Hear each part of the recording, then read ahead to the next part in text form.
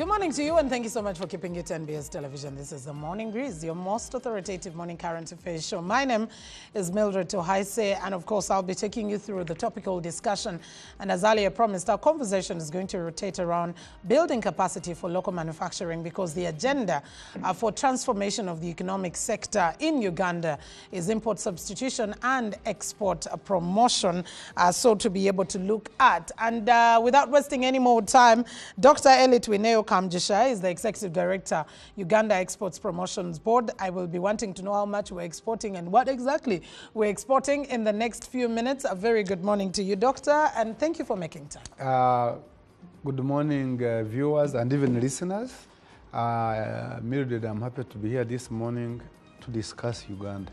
A pleasure having you, definitely, to discuss Uganda. I was earlier on joking and telling Mr. John Walgembo, who is an economic policy analyst, that we need to grant him an NBS ID at this, because he's always part of the family. But always, thank you for sparing your time to come through. Thank you, Mildred. Thank you for the platform to push for the interests of SMEs. Exactly. And yes, of course, looking at the statistics, they make the greater percentage of the private sector. Dr. Twineo, let's first of all begin at the macro level. Let's begin looking at where we are before we even cascade backward. Where are we in terms of export? What are we exporting? What product lines are we looking at? Before COVID, we were exporting formally around $4 billion of all exports. We are now looking at above $7 billion, and I'm including also the aspect of informal trade, because when you look at the porous borders of the whole of DR Congo, with which we share more than 750 kilometers of border, a lot of porousness. So there is a lot of informal, difficult to account for, different to capture, but the Bank of Uganda and ULA tries.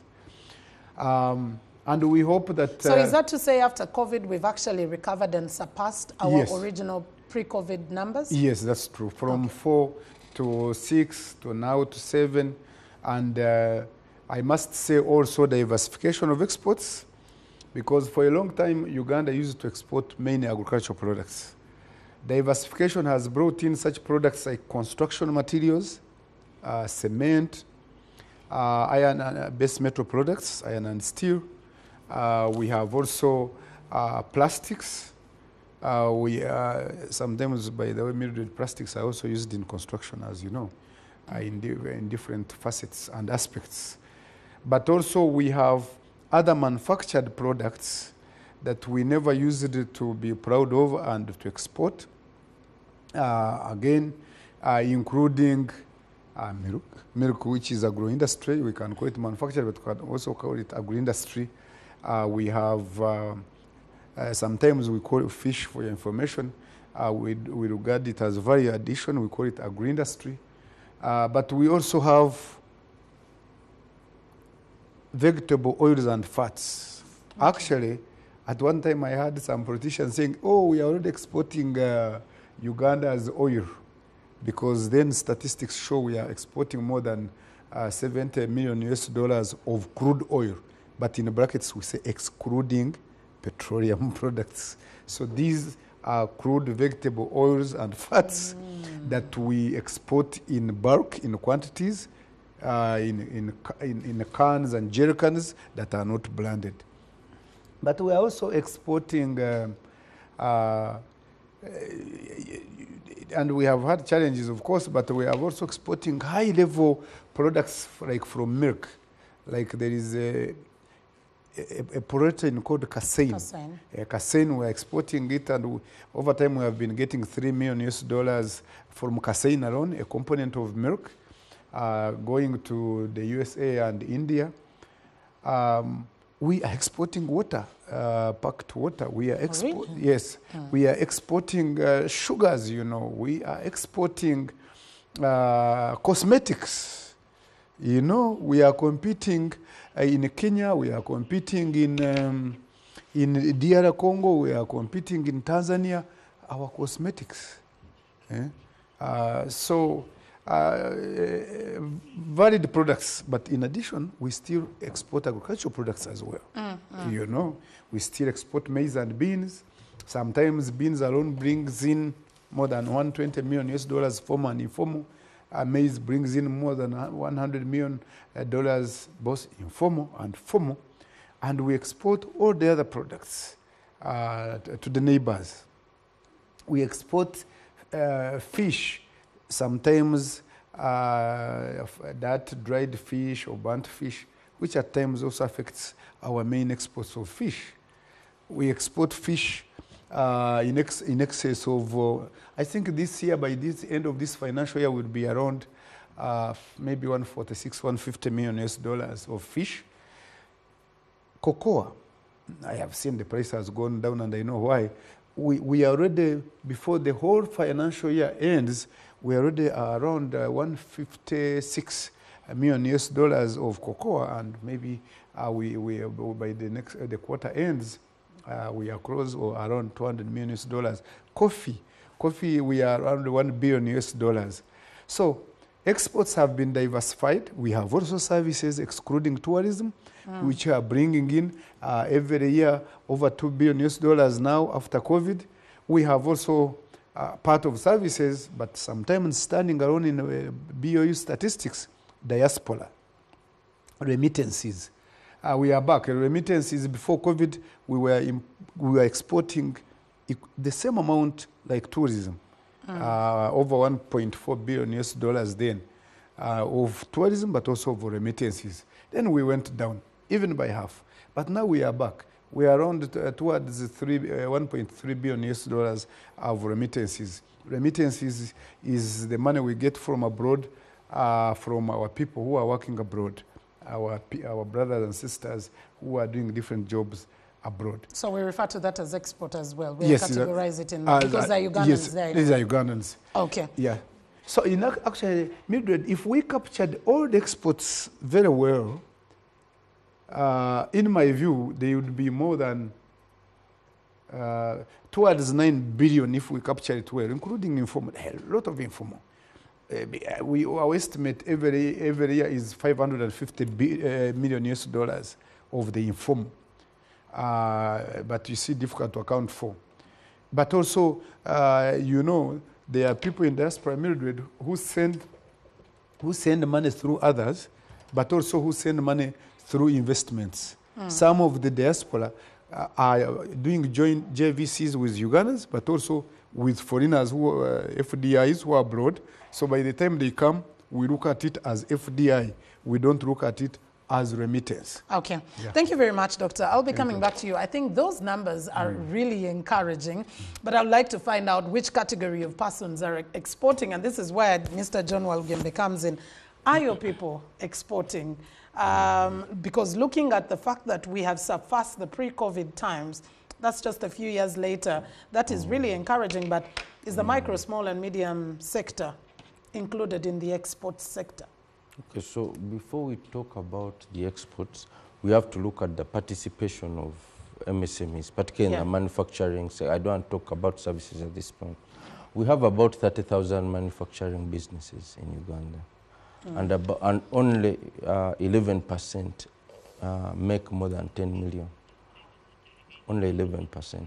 So it means the majority of manufacturing enterprises in this country are micro, small, and medium. Now, Uganda has agreed on some kind of industrial strategy with a focus on three things. One, we want to ensure that we exploit natural resource-based commodities, want to promote agro-processing, and want to promote engineering for capital goods, agricultural implements, and construction materials, among others. This is the strategy, but the performance has been poor. Recently, PSFU conducted a study that found that capacity utilization in Uganda for manufacturing businesses is 54.5% operating below capacity. See, the only industries that are operating above capacity is construction, but rather is wood and wood products. But construction is at 24%. Cosmetics is at 31.2%. Agricultural production, remember, I want to prioritize agro-processing, is at 33.4%. Okay? So if we want to grow our exports, we must address the key constraints that hinder our SMEs from being competitive. Because when you manufacture product here, many times you find that imports tend to be cheaper. And this is why most businesses are discouraged from manufacturing. You have high taxes, you have other macroeconomic challenges, you have imports, imports that come in and they are cheap. Then you also they also mentioned about what they call lack of effective demand. And also, I would add something else. The perception by Ugandans that locally manufactured products are not good enough. See? Then our manufacturers have to go through the extra mile to put a tag, to basically deceive the consumer that a suit made in Uganda, they say made in Turkey. They buy the labels and put there. Because Ugandans want to feel, I'm buying something that is exotic, that is imported and so on. So those are the internal constraints. And then now we also have what we call the non-tariff barriers. Yes, we are part of the EAC. And part of the reason why we've joined the EAC Common Market is to ensure that locally manufactured products are able to move freely within the community. However, we still have this issue of non-tariff barriers. And Uganda is not, because now when we talk, many Ugandans say, oh, Kenya blocked our poultry products. I was reading a report this morning and I found that even Uganda is a culprit. Okay. We can't, because they import. Guilty as charged. Yes, they put a 10% tariff on bar soap from Kenya. And this led to a reduction of sales from $941,000 to 86,000 in less than a year. So within the ESC, we must align our interests. Rwanda has also been blocking Tanzanian rice and so on. So if you're talking about, so we must address the issue of capacity utilization. We must look at the issue of what are the key constraints that make manufacturing unattractive in Uganda. We must look at, once those things are addressed, how can we ensure that our manufacturing enterprises have access both locally and regionally. Okay. Maybe I am now looking at the two sides, and it's a very interesting conversation. But Doctor, let me come back to you. Giving this rosy picture, what would we attribute this good export conversation to? And the reason why I was asking Mr. Walugembe whether the MSMEs are in that portfolio is because they constitute the bigger percentage of the private sector. So if we have those pictures, who exactly is exporting? Very good question. Let me mention that even the countries as developed as Canada, we found out that 60% of exports were not from large companies, actually the big companies. It was from SMEs. So it is not even different here that you look at most of Ugandan companies. By the way, even those companies that you call large, they're SMEs. Because what are the numbers? World Bank even says you should employ 250 directly. How many do employ 250 directly in full employment? So most of them are SMEs, and one of these days, John should take over all of them. Even I think go to woman and take all these. What we call large in this country is pure SMEs. So therefore, I would say that most of our production, domestic consumption, because most of the products we produce from our industries, from our manufacturing, we can honestly say, we can literally say, we can truly say that 75% is consumed domestically. Because I know most of our factories, if we use the word factories, which every common person understands, instead of saying manufacturing plants or industries, we are actually established originally, by the way, as import substituting industries in this country. They were set up to produce for Uganda, knowing then that we were net importers of everything manufactured from Kenya and India and Japan, Europe, and recently China. So most of the factories that do export, they export anywhere 10 to 15%. There are very few which try to export 20% of their product. I am simply saying that most of our industries are not those which were set up to produce wholly for export, which normally should be done under export processing zones, what special economic zones, free zones and Uganda Export Promotion Board, as you know, they are merging to form a new authority called Uganda Free Zones and Export Promotional Authority. So we will be looking at now what this entity does. But we need to encourage in the shares, special economic zones and export processing zones, these industries, attract these industries which produce basically for export. But otherwise, for now, Mildred, factories that are here, industries that are here, are producing 70 to 80% for the domestic economy, for the national economy, and the 10 are being exported. Now, which are these industries? They are in cement. Which are these industries? They are in textiles, they are in paper and related, they are in plastics, they are in vegetable oils and fats, they are in sugar, they are in base metal and products, and water, and drinks, hard and soft. They are in milk and dairy products. They are in food products. Yeah. Okay, thank you very much. You talked about, Mr. Walugembe, the aspect of capacity utilization. Yes. And I am thinking, if we are not even operating at half capacity for many of the industries, and yet the biggest drive, we are setting up, tens of industrial parks across the country. In every region, we are setting up industrial parks because we are on the industrialization agenda. Then we are not operating at maximum capacity. Where is the problem with regard to utilization? So I don't think that, and that's the point, the industrialization story should go beyond industrial parks and physical infrastructure. We need to look at the constraints. If someone is to manufacture here, what are the costs? One of the key cost drivers is electricity and the lack of consistency of electricity supply. So how do we ensure that electricity is affordable? The president was talking about bringing it down to about 5 cents per kilowatt hour. So how do we, but we are still, I don't know, when I did the last estimate, we are still in about 13, 14, 15. How can we bring it down? The government has created some kind of subsidy for certain industries to access electricity. Basically, government pays the difference between 5 cents per kilowatt hour and whatever the rate is. Maybe it's 13, it's 14, government pays the difference. But how can we make this scheme cross-cutting? And why should government pay the bill anyway? Why shouldn't we try to ensure that we bring the cost of electricity down?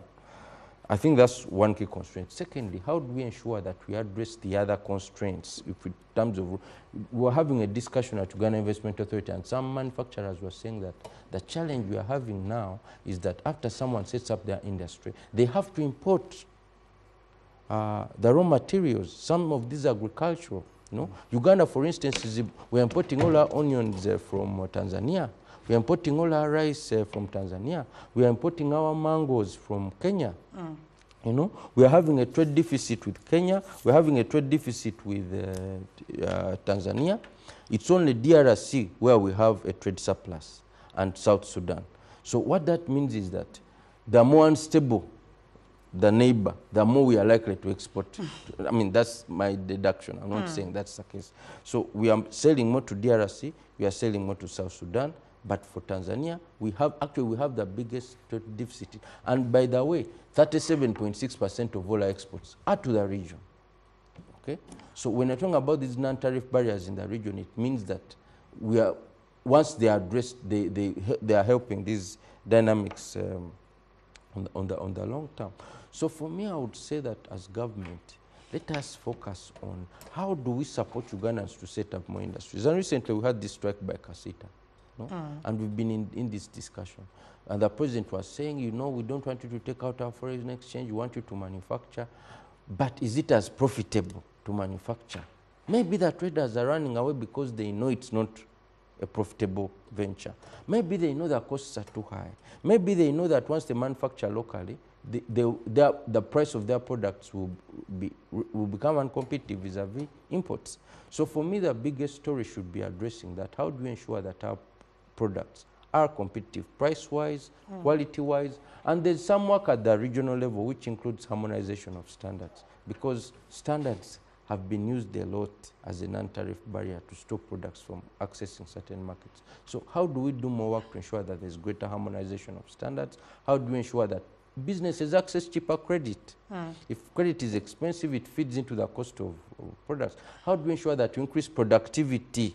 Because if we are going, someone sets up a factory of hash avocado and has to import hash avocado from Kenya, that's a problem. We can stay here and say, Uganda is the food basket, Uganda is the food basket, but a food basket which is importing agricultural products is a challenge. Let's import, because it's fine, most of our imports are coming in from Asia.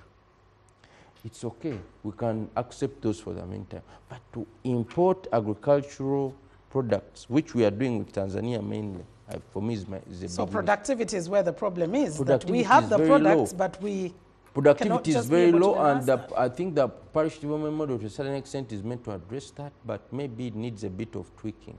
Okay. Because you must ensure that you get people aligned along value chains. Okay? So if I'm working with a PDM groups, I organize them around specific products. I don't say, come with any enterprise, then you form a group, then we give you 100 million. No.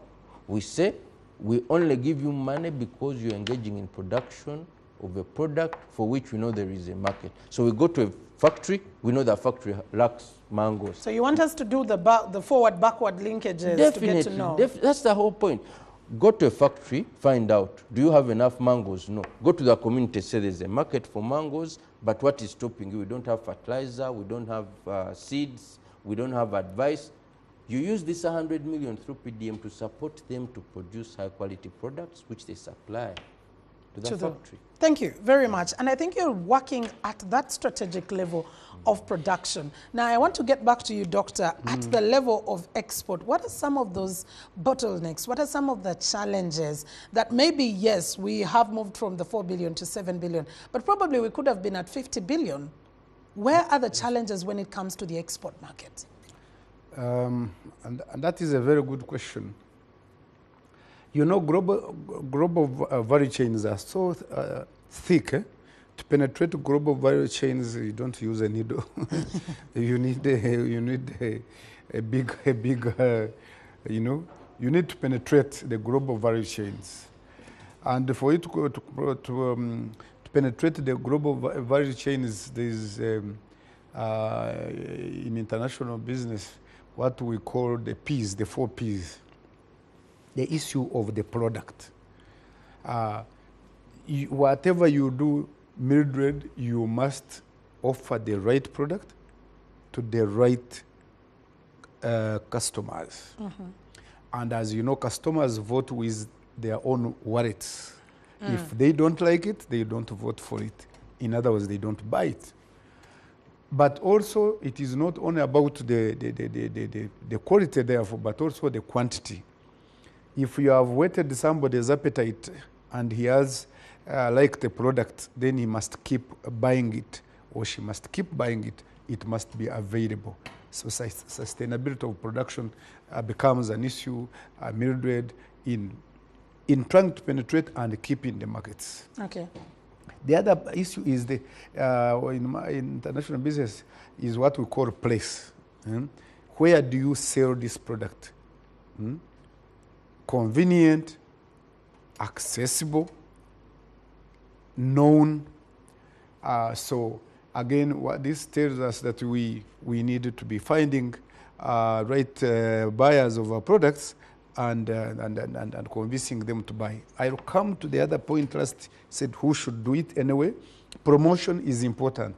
If you have a good product and you don't go out to promote it, you'll have a challenge. But then we are promoting to the export market itself, because if we fail to promote here, how easy is it going to be to promote a product that I'm selling to maybe the United Arab Emirates? And you know, immediately the old saying that charity begins at home and should not end there anyway. So my view of promoting exports is that we need to begin from home, like John said, with the right standards, with the right quality, and then, like I said, we know, like with manufacturing, 75 to even 80% of the product is consumed here. Once we appreciate it, other people will come and appreciate it. I'll give you the example of Italy. Italians, you like their leather products, shoes, bags, and all these, and even apparel. They started as cottage industries. And the Italians, they did not start outright to hit the international market. They started to boost, produce, and enhance demand domestically. But because the product became a good product, the domestic market became a testing market. And then foreigners began liking the Italian products, the Italian leather, the Italian apparel, and they did it. So one of the challenges that we face in the market is, of course, not related to the product mildred. As you know, more than 30%, 36, even coming towards 40 sometimes for certain products, our market is a regional market. Now with the regional market, it is accessible in our minds, the psychic distance. It is accessible by actual distance. You can rush to South Sudan, to Nimule, to Juba. You can rush to Bunia, to Beni, to Kasindi. You can rush to Busia, Uganda, Busia, Kenya. So the market is near us. The challenge also I have seen in most cases is a political question.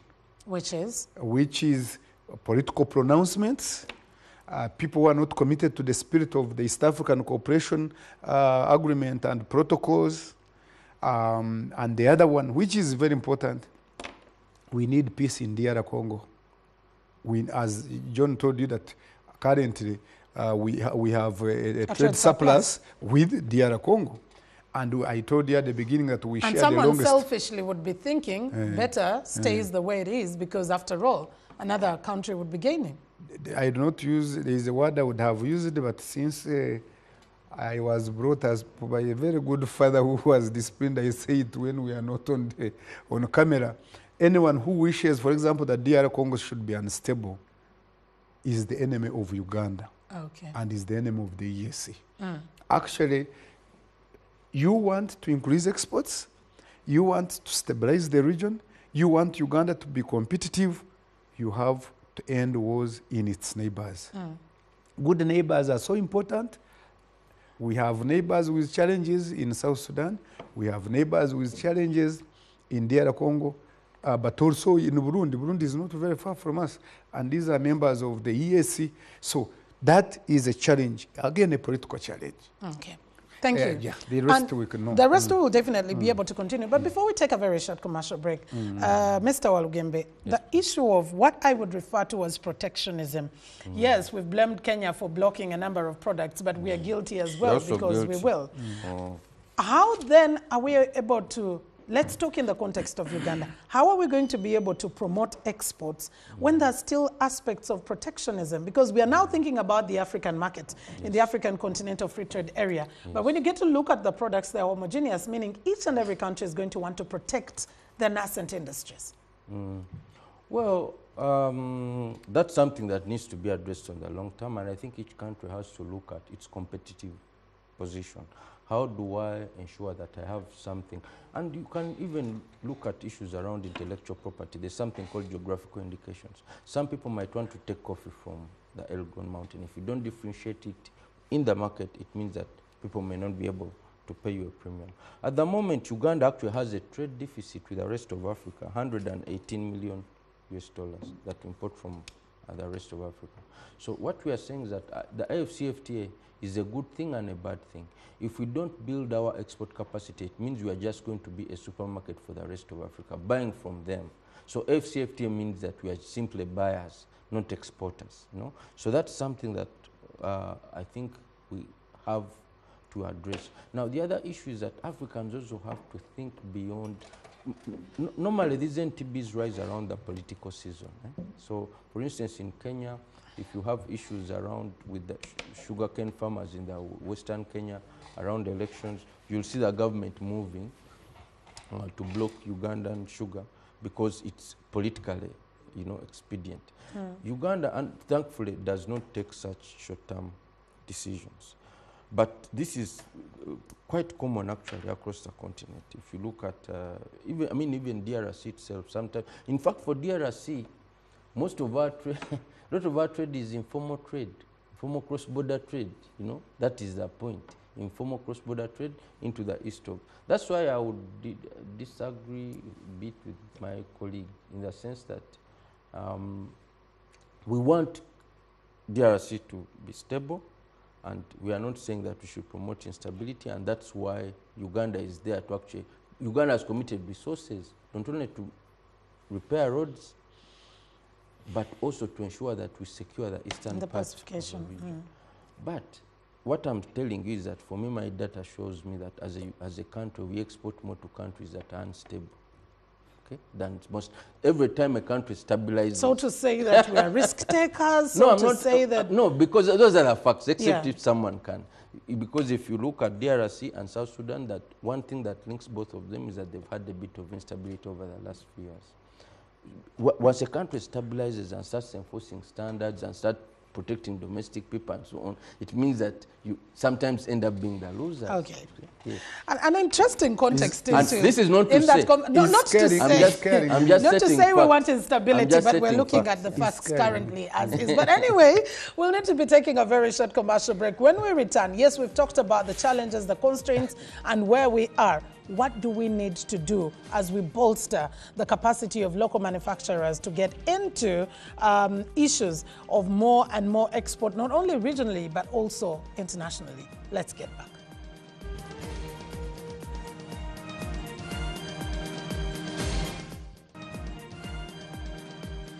Welcome back. Thank you for keeping it NBS Television. This is the Morning Breeze, your most authoritative morning current affairs show. We're looking into matters of enhancing capacity of local production for both regional and international export. Earlier on, we're looking at the constraints, the challenges, the bottlenecks, what we need to do. But coming through in this conversation is, then what? Yes, these challenges are existent, but how better do we get to deal with them? And of course, I do still have Dr. Twineo Kamjisha right on my right, the Executive Director of the Uganda Export Promotions Board, and Mr. John Walugembe from the Federation of Small and Medium Enterprises. And I would like to start with you.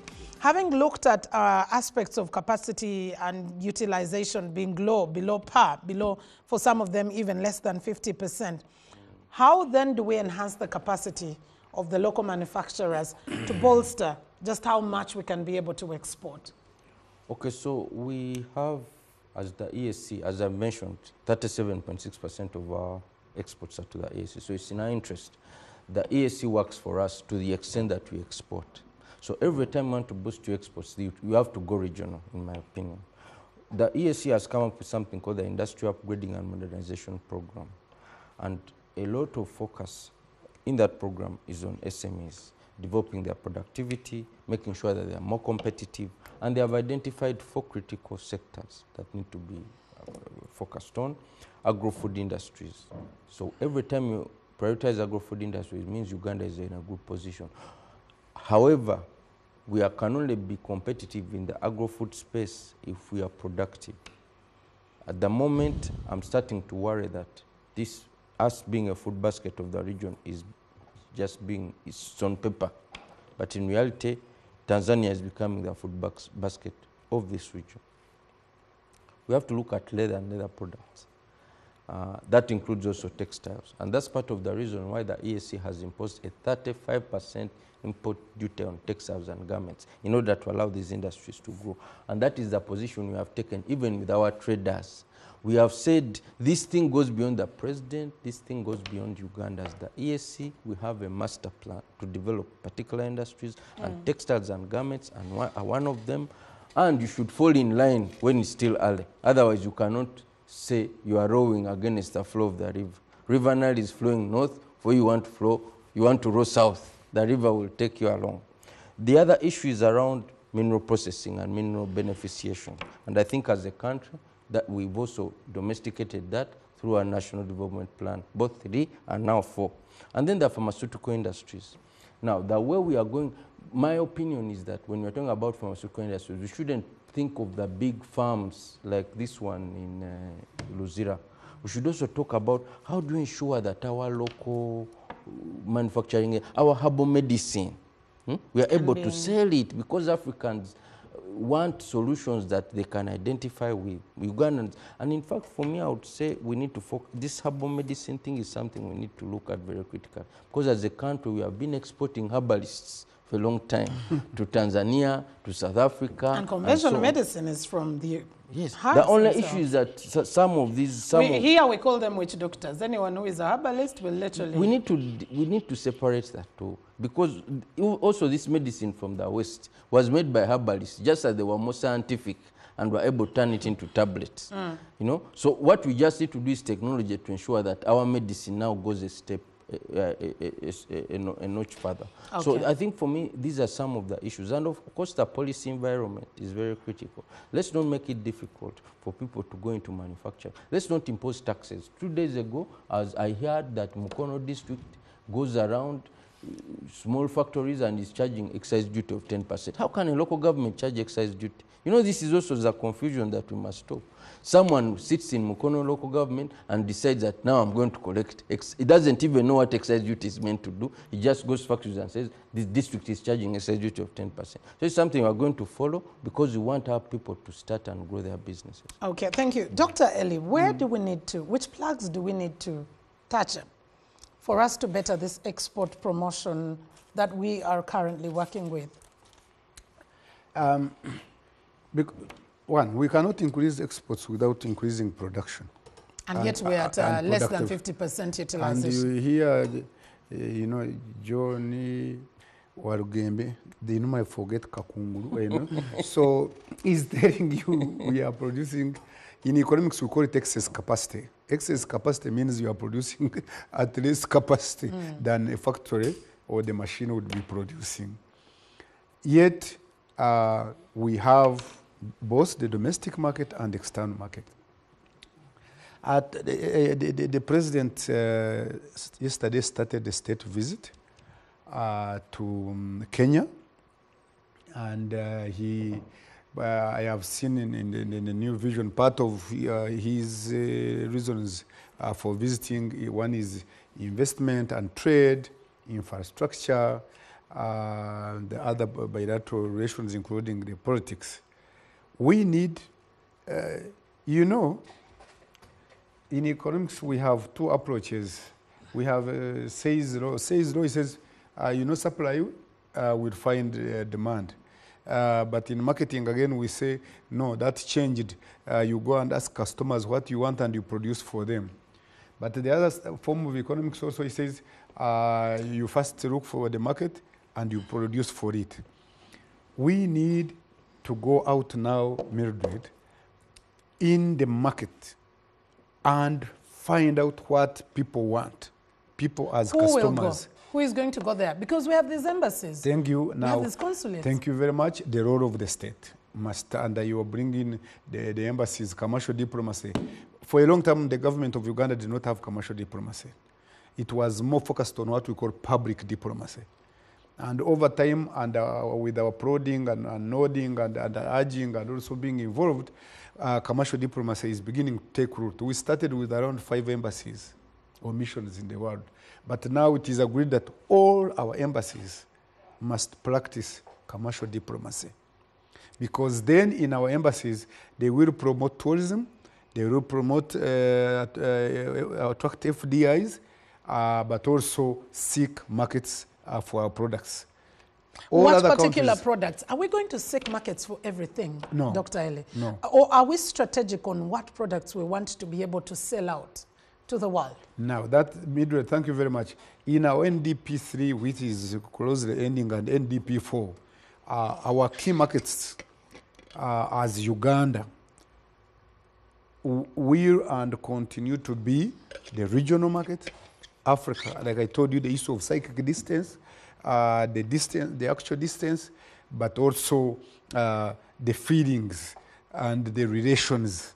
Market one, EAC COMESA, but also we have added on African Continental Free Trade area, and we are talking of markets in Algeria. They have given us a market for $500 million US dollars for milk, powdered milk. We are working on that as a government. They are behind the scenes, UNBS, MAIF, Minister of Agriculture, and the government and Foreign Affairs are working on this. But there are markets in Ghana, there are markets in Nigeria. Uganda is a small, open economy, which is a price taker in economics and is subject to the vagaries outside of it. And for us to survive, we must be that open economy. We must look for all the markets, but we are not selling to all markets. For example, for most of manufactured products, our target is Africa, but mainly EAC COMESA. Mildred, are you going to export plastics to EU?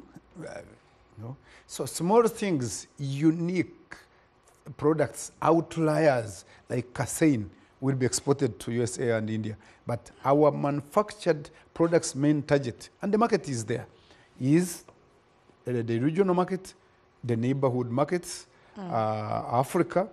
But we could also, we are trying to see whether we cannot export milk, which is agri-industry, to UK. Why we cannot export milk? I moved to UAE, but mainly Dubai, and I went to all the hypermarkets, what we call the big supermarkets, or big, here we call them what? Mart supermarkets, all that. Supermarkets, the big ones, and met with the big people there. They found Uganda's milk was of high quality, by the way. It is of high quality. Some of them were saying, even it is too high quality, we need to get it and mix it with other products so that it becomes milk. So we can find markets there. But like I said, those outliers. We are in Qatar. We are trying to see whether we cannot find a market in Qatar for dairy and dairy products, including milk as well. So we cannot target everywhere. But when it comes to agricultural products, Mildred, and I am saying we should not also stop that. We still also have markets in Middle East, in UK, in Europe, but also other value-added products. We can see whether, because like fish is a value-added product, some people call it agri-industry. We are exporting a lot of our fish to the EU, but also to the Middle East, but mainly Dubai. But I mentioned, for example, that quality, we have reached it. Nile perch is, in other parts of the world, including United Arab Emirates, is number 2 fish after salmon. And as we know, salmon is the most expensive fish in the world. So our products have reached there. And we should continue. Thank you. Thank you very much. To Mr. John Walgembe, when we're talking about export, charity begins at home, because you want to, if you're going to increase capacity, you're going to start from home. You talked about a very important aspect, which is mindset. And I would like us to discuss it twofold. The mindset for home consumption, right? But also the mindset for export, because it is disheartening for the best quality products to go to the export, because that is what it needs to be. And then we consume. Then we get all the, for lack of a better word, fudge, like the street languages, then we keep it in the market. Aren't we doing a disservice to ourselves? I think so, but that also, it's also related to the issue of effective demand. Ugandans want good things at very low prices. So they want the best product, but at a low on price. the low end. So what do manufacturers do is to say, okay, in order to ensure that we are able to fit within the bucket, let's lower the quality a bit, because they are market players. They have to be able to take advantage. So I think Ugandans can't complain about low quality Ugandan manufactured products when they are not willing to pay a premium for them. And I think this is something that we must tell consumers, that if you want manufacturers to invest in good quality, then you must incentivize them by paying well for those products. I mean, the way you go, I see it a lot. People go to these SMEs that are selling on road, and you see a government official with a big car bargaining, a bunch of matoke, a bunch of bananas. Please, the woman tells you 5,000, you want to pay 1,000. But when you go in the supermarket and you find the same bunch at 30K, you just pay. Pick it and pay. See, so this mindset of thinking that our SMEs, we should really squeeze them to the whole. Yeah. And then when you're buying from other places, you do. So that's what I'm asking our consumers. Please, if you want Ugandan producers to bring you quality products, be willing to pay for them. The way you don't negotiate in supermarkets, in hypermarkets, please do not negotiate with our SMEs. And even if you're rich, support that SME on your village because you're contributing to welfare. Because if they become so poor, then they'll come for you and you'll have to invest that money in increased security. You'll have a dog, you'll have these wires and so on. So by supporting that SME in the village, you're creating social harmony, you know, because they're earning some income and they are not encouraged to get involved in lawlessness. The other issue we must also talk about is the issue of raising what we call the local value added in terms of manufacturing. So yes, we are exporting, but how much of that is sourced locally? Because if you're just importing raw materials, adding value, and then exporting, that may also not be a good thing. Because the reason we want to, and I'm happy UEP, Uganda Export Promotions Board, is being merged with the Free Zones Authority. I'm hoping Eli will head it. I don't know the process. I'll be somewhere. I'll be around there. I'll keep in the way. If you head it, yeah. We want you to do a proper job, especially for these export processing zones. Someone comes here, tax free sets up, sources raw materials, exports. We don't want investors who come and then start competing with the locals for the local market, going into local Wubulo market and so on. And this is the confusion that is being caused with local traders. So the issue of raising local value added content in manufacturing is very important. Then we must also do what we call regional export promotion. The challenge we have here is every country is promoting itself. When we are together, we talk about the ESC. When Kenya goes, the other side is talking about Kenya tourism, Kenya, Uganda is the best, Uganda is... We are either a regional bloc or not. So we must set up a regional export promotion endeavor. Okay, thank you very much. We cannot live definitely without talking about the zones. Because yes, there is someone out there, they don't even know that these zones exist. What is entailed in them? What do they need to be able to do to participate? And yeah, thank you very much, Mildred. One, before you go to the zones, John is very right. You find, I was looking at, one time we had a meeting with His Excellency, the President, with the manufacturers. And when they were talking about one of the challenges, they had flagged that electricity was the first highest cost. And in his wisdom and having calculated it, he said, you know, the highest cost first is transport. And you know, the transport he was referring to, transport which brings in the raw materials, for our factories, for our industries. We are using a lot of imported raw materials. In fact, when you look at some of our major imports, they are raw materials.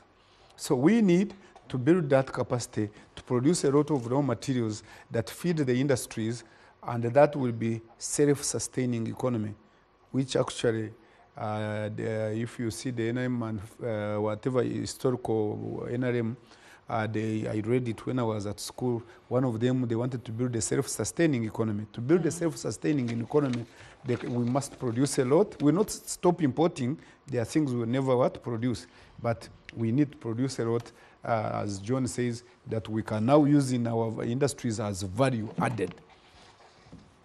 Free zones, export processing zones, or what we call special economic zones, is partly what has developed United Arab Emirates, which you hear Dubai especially, but also China and other countries. Uganda came in late even to establish an export free zones authority in 2014. At that time I was working with USAID projects. Kenya had already done it, I think, in 1997, and others had done it longer. These are very important because these are enclaves. You make them enclaves. Inside those enclaves, whatever you produce in an export processing zone or special economic zone, then and by the way, Mildred, more than 80%, most of it should be exported. Then, so that you reduce political issues between, saying like local manufacturers, local producers, thinking that you have brought now investors whom you are giving incentives a lot in certain places, and then they are competing with the locals with little money. The special economic zones or export processing zones are supposed then to be those that produce, you bring in investors, produce for export. You go to some countries and you don't find a product, and then you tell them, but I consume it in my country. Then they tell you, we don't know it, even locals don't know it, because it is either produced directly for export from certain industries or is from free zones, which are enclaves, and therefore products are produced in there. And therefore we should be attracting... Who qualifies to be there? If they're there and you don't have the people who are there. Yeah, thank you very much. Mildred, actually everybody qualifies to be there once they have the money. And the Uganda government already has more than 40 square miles in central Uganda towards between Nakasonga, Ruwero and Nakaseke, up there. Okay. And what they should be doing, what should be doing, and what the government should be doing is now to establish infrastructure inside, and then you attract the Mildreds, the Johnnies to come and invest there, and you protect them as enclaves, and then they can produce for export. Mildred, if we do this, we'll increase exports tremendously by a figure that I cannot now look at. But also, again, like John Walgembe said,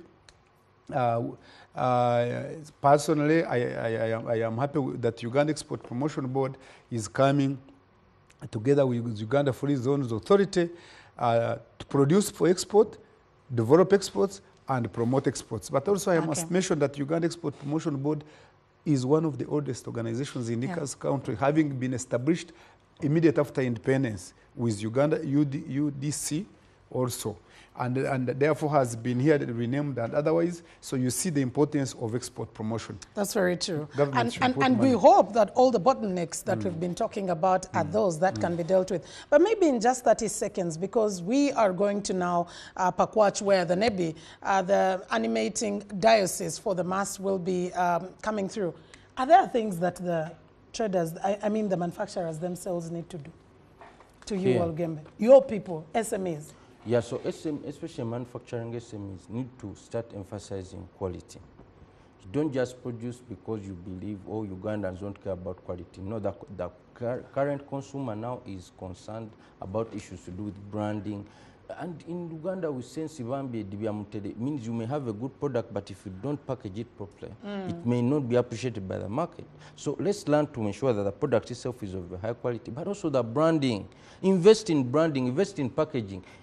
Go and do research. I know the packaging industry here is not fully developed, but you can rely on Kenya, you can not, so that your product, when someone sees it on the shelf, they don't automatically know, this is a Ugandan product, it's not good. Make sure it's high class and people can buy it.